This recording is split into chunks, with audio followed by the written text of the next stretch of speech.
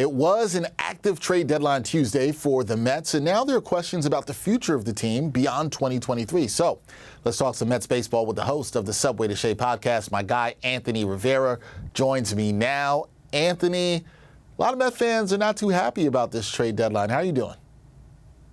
I'm doing fine. I know that this is not what the Mets wanted, especially with the way that this season was leading up to, but I feel like it's something that had to be done, and I know that in the end, maybe this might be the correct move moving forward into the future. We will see if it is the correct move moving forward. But we're going to start with this. Anthony, Max Scherzer, who the Mets traded to the Rangers last week, said that the Metropolitans front office told him that they intend to transition in 2024. So with all the moves the Mets made before the deadline, do you view what the team did as a move towards retooling, or is this a rebuild? I think this is a rebuild. Once you trade Max Scherzer, Justin Verlander, who are you're supposed to be your two top aces, you trade your closer away in David Robertson, and then you get rid of Pham, Canna, and now Dominic Leone.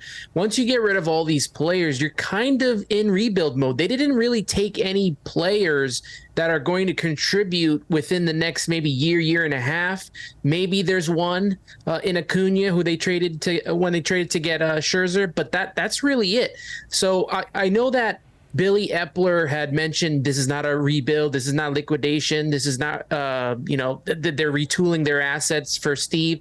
This is a rebuild to me, and what I would like to see is more honesty. I know Billy's is very big on words, and he kind of makes things a little bit confusing for people to understand. But I think that with this, what I consider is a rebuild, that if they would have told us that from the front, I think a lot of Met fans would be more comfortable with this situation instead of, not knowing what's going to happen in the future. So if they would have said, hey, we're rebuilding, we're thinking about getting ready for, the late 24, 25, 26 run, it would have made more sense for fans and they would be a lot calmer in these situations. I totally understood. You want that transparency from your front office. Now, it also sounds, based on Scherzer's comments, that the Mets could be punting on the next two seasons at least. Francisco Lindor said he's okay with the direction of the team. Will Mets fans be okay if the team is not competitive in 2024 and 2025? I don't think Met fans will ever be comfortable with not being competitive, but this is the lengths that they had to go and take to, get in the direction they want to, with wanting to have their team be a playoff contender for years and years and years to come. When we talk about New York sports teams, especially in baseball, you'll never see the Yankees rebuild, and the Mets haven't done it. Especially under the Wilpons, it was always, trying to patch stuff up, patchwork, and make sure that fans are still coming to the stands towards the end of the season.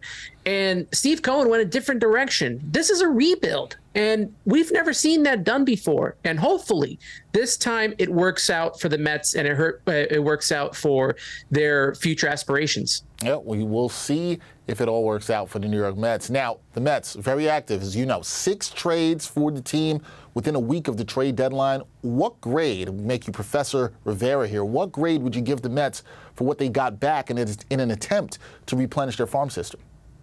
And I wish I was that good and followed the farm system like some greats on SNY like Joe DeMaio. I don't know as much of these guys except for the Acuna, who is Ronald Acuna's brother, and he was a third prospect on the Texas Rangers team. Then you also have what we got back from Houston, which is a number 1 and a number 4. Those 2 trades alone helps out a lot for the Mets, helps out the farm system, especially with, the guys we got from Houston. This team lacked depth in the outfield for a while now. Outside of Alex Ramirez, we really didn't have any outfield depth, and they brought that back in some top prospects from Texas. The other guys are a lot younger. They're going to take a lot more time to develop, but who knows?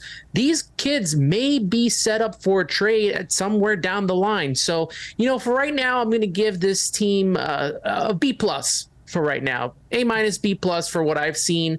Like I said, I'm no expert with the farm system, but from what I've heard and from what I've seen, I think these were good deals that needed to be made, and they took care of business. Okay, A-, B+ grade for the move that the Mets have made before the trade deadline. And last thing, Anthony, coming into this season, there was a ton of expectations for the Mets, including fans dreaming of a World Series title. Now the vibes are much different for the Mets fan. Are you optimistic about the future of this team beyond 2023? Well, when you see the kids that they got and how they're going to bring them up in the future, the Tidwells of the world. Now we got Gilbert, we got Acuna, and hopefully the Mets keep, Pete Alonso around, and we'll have Lindor for a while and Nimmo for a while. Hopefully that this team can, eventually retool. Right now they're in rebuild mode. Hopefully they can retool over the next couple of years through free agency and trades. I'm going to try to be as optimistic as possible. I never go into a season thinking that this Mets team is going to win the World Series. The last time I did that was in 2006 through that little 2007, 2008 run. I'll never do that again, but I will always be optimistic as a Met fan and support this team. All right, optimism still around for the Mets fans, even though the vibes have changed of what they were at the beginning of this season. That is Anthony Rivera of the Subway to Shea podcast. Do a great job. Go check that out.